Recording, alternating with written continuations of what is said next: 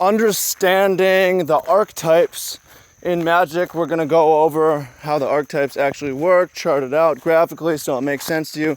Go over how a bunch of decks actually work and give you an idea of what you should play, what your favorite archetype is, and what you should focus on. So welcome in, much love, Trav here, just finishing up my morning workout, or my morning run. I'm gonna go into, in a little bit, I'm gonna do my, some weights, so hashtag game shape.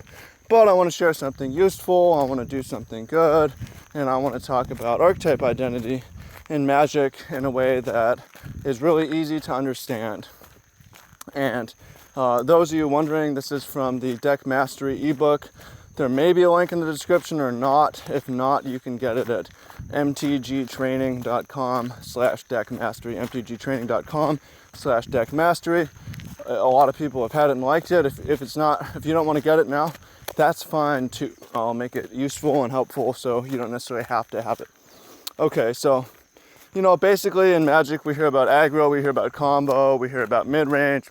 Like what, how does it even make sense, and what should you play, and so on. And that's sort of what we're going into, right? And it's fine to have a sweet spot or a preference of like what you like to play, but it's also good if you can play different archetypes depending on what the best sort of deck is or where the hole in the metagame is. Like if you're always trying to force control, sometimes control is just bad or badly positioned and you're going to lose. Or if you're always trying to force combo, sometimes Wizards bans all the good combos, and you're going to lose if you try to force it. So I'm not encouraging you to force it, but it's fine to have a preference, know what you like and what you're best at, so when that deck is good, you can kind of focus on that. Okay, so first of all, we have the aggro and the control end of the spectrum, and we throw mid-range in the middle. Basically, aggro being try to pressure the opponent and win early, and control basically being to disrupt the opponent and win through inevitability, right? And then mid-range is just playing the opposite position. Like if you cover up control with your thumb here, like mid-range is positioned as control versus aggro, and then control versus mid-range is positioned as aggro. So mid-range is kind of a switch hit spot, right? You're playing differently depending on what you're playing against. On the other hand, we also have strong cards, strong combos, and something that I'm calling mid-combo.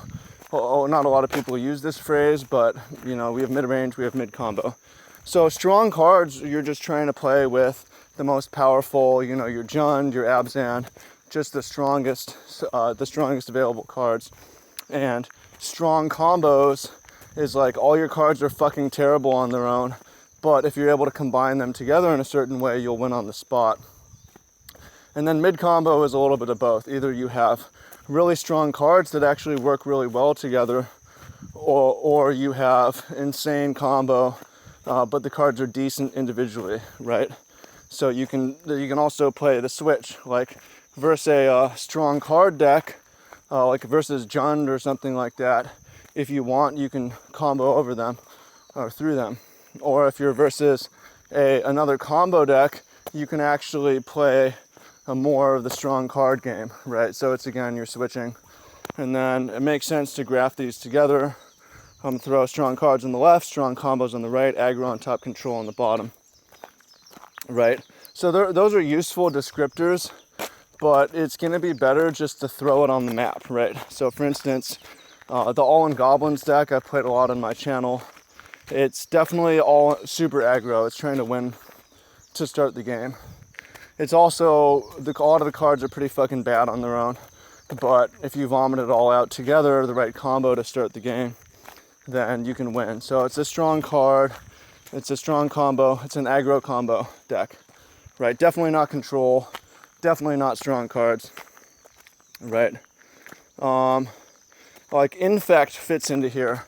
Infect is like super aggro, and you're trying to combo Glistener Elf with Become Immense or Invigorate, and these cards otherwise suck on their own, or aren't very good on their own at least, but together you can win the game aggressively on the spot. All right, we're gonna go clockwise, moving on. Living End, definitely more on the control end of the spectrum, because you're trying to destroy all their lands and all their creatures and come over. And maybe I have a better understanding of the deck, I would even map it further down. But it's also somewhat aggressive too, versus the other combo decks and versus control decks. You do want to grind, but you need to pressure them too. And then it's definitely a strong combo deck, like a Living End is nothing without Violent Outburst. Monstrous Carabid is it's not a strong Magic card, right? But together, it makes a really strong combo. Okay. Okay, how about mid-combo control? Here's an example of that. It's like Upheaval Psychotog. A lot of you guys know this deck was blue-black control, and it had a combo finish where you would tap 9 mana, play Upheaval, everybody picks everything up, play Psychotog, you play an island, and then you're holding Force Spike to counter their play. The next turn you attack with your Psychotog for 20. That was a control deck, but it had a combo finish. I would call that a mid-combo control. Another example of this, some of you guys remember, back when I was with CFB, I had the Fogdoor deck, the super control, and it would finish with a combo. It would finish with a combo and one-shot door to nothing this time. Okay, how about Green-Red Tron is another kind of example of this. It's not an aggro deck. It's trying to win with big cards and going over the top. And the cards are strong on their own, but it's really the combo of the lands that pulls it all together. So that's another example of a controlling mid-combo deck. Bunch of examples. All right, strong card control. This is classic. You play blue-white, and you have 0 combos, but you've got a bunch of fucking dumbass broken, the best counterspell, the best removal, the best card draw, and you're just trying to grind them out, right? Counterspell, Wrath of God. Okay, strong cards, and mid-range. So this is like Jund, Abzan, really popular, Golgari mid-range. A lot of people like this. There's almost no synergy in the deck, and it's trying to pressure the opponent and disrupt them. And versus control decks, you're trying to go under, versus various aggro decks, you're trying to stabilize and survive and win the longer game. Then we've got green, say for instance, like aggro, strong card aggro, like a green-white, a 0 synergy, like Noble Hierarch, Loxodon Smiter, Gavany, these decks can have very little synergy. You just throw in the best cards. You throw in Path to Exile, and you just try to attack the opponent, maybe throw a little bit of disruption in. That's another good example. And then mid-combo, but very aggro, an example of that, I would say is Pure Burn. Clearly an aggro deck, not a control deck. Although maybe I would move it down a little bit, because sometimes you're going to try to burn out their creatures and stabilize. That's very rare for this sort of a deck though. And wouldn't really call it a strong card, because Lava Spike is not particularly good on its own. But it is, when you combine Lava Spike with Lava Spike with Lava Spike and combine them all together, it equals 1 dead opponent. So, and then the last one is like mid-combo, aggro control. This is like blue tempo control, which is super popular. I like this. Like you think of blue-red Delver or something like that. You're trying to, you are aggressive and trying to go under, but you're also trying to disrupt the opponent.